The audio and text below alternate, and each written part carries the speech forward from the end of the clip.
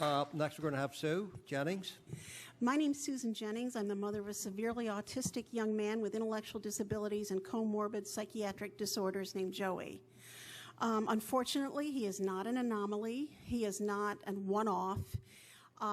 When deinstitutionalization started in the 1960s, only 1 in 10,000 births were autism. Today, it's 1 in 59.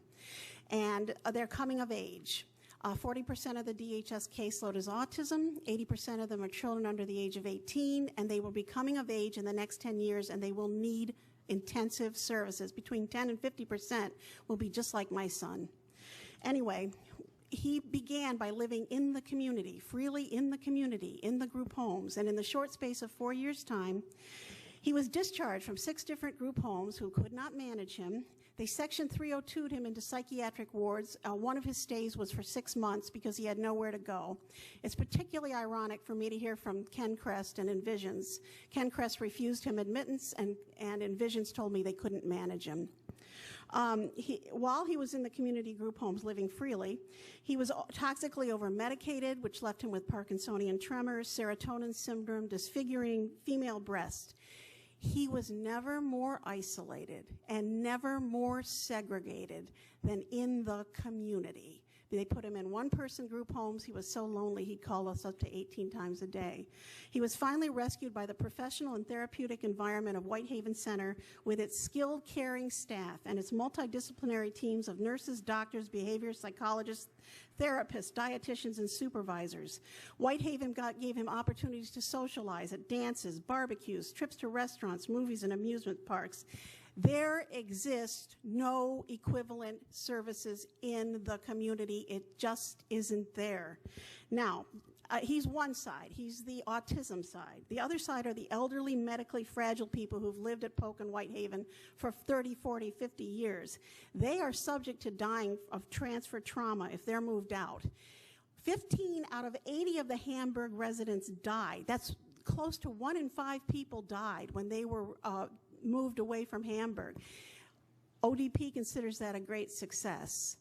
That everyone else is appalled by that. That is simply not acceptable. Now, the department will tell you that none of the 13,000 people on the waiting list want services in the intermediate care facilities of the state centers. I know, and my husband knows, that as a family, we were kept in the dark as to what ICF care meant, that the state centers even existed. We were simply had a paper pushed in front of us, and we said check off the waiver box. And when I said, what are these 3 little letters, ICF? She said, that doesn't apply to you. So I unwittingly and knowingly signed away my son's legal rights to ICF care. When I later found out accidentally from my own research about the state centers, the social workers told me in no uncertain terms, those are closed to admissions and you can't get in. Now, I am calling upon our legislators to please investigate the waiting list of 13,000 people and find out how many of those families were never told what an ICF was, were never told about the existence of state centers, and were never given any real choice. This needs to be exposed. Secondly, the assertion that the money taken from the state centers can be used to substantially reduce or eliminate the waiting list is demonstrably untrue. In 2016, when Governor Wolf poured an extra $196 million into community services, and that's $58 million more than the state centers altogether spend, they only removed 39 people from the waiting list. I don't know where the money went. You are told by the department that the state centers are not sustainable. But what do they mean by sustainable? Polk Center has sustained itself for 120 years, and Whitehaven has sustained itself for more than half a century. All 4 state centers account for less than 7% of the office ODP budget, and they are more efficient, provide superior comprehensive services, and they can pay higher wages and benefits to their stable professional staff than the community. All of this fiscal efficiency is achieved by the state centers in spite of the policy of closed admissions.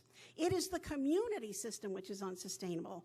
They eat up over 93% of the ODP budget, and yet they cannot staff their waiver homes.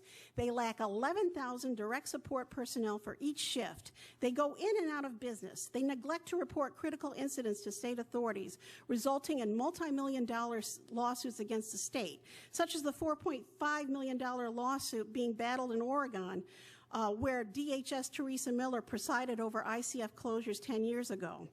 The department and the advocacy groups will tell you that shutting down good institutions like ICFs is the historical trend. They exaggerate. 39 states have wisely retained their ICFs and are in compliance with Olmstead.